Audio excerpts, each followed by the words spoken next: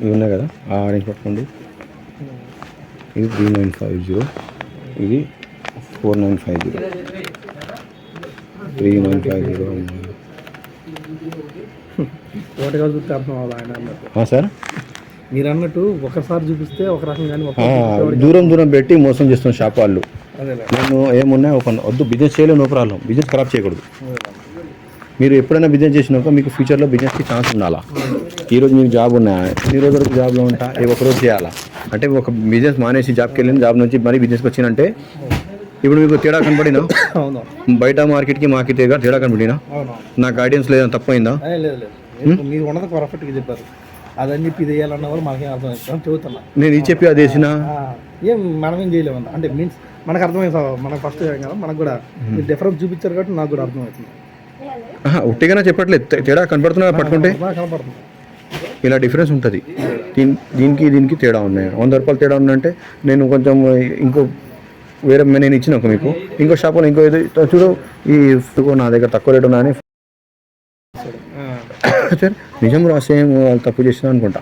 ఎప్పటికు పక్కన పెట్టలే అప్పటికు మీకు అర్థం కాదు. ఈ గైడెన్స్ ఉండాలి మీకు. అంటే మనం మాది కాదు, మన ఇండియాలో మనకు తప్పు ఇదే.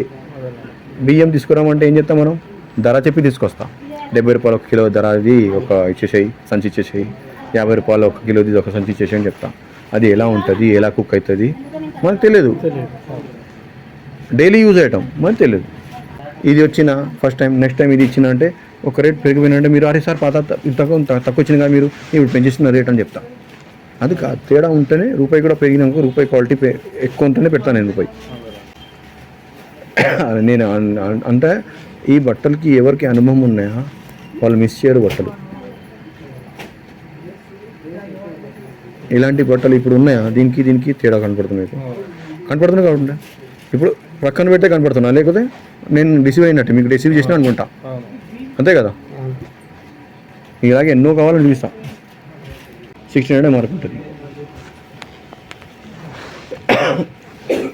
1600 మార్క్ ఉంటుంది 1250.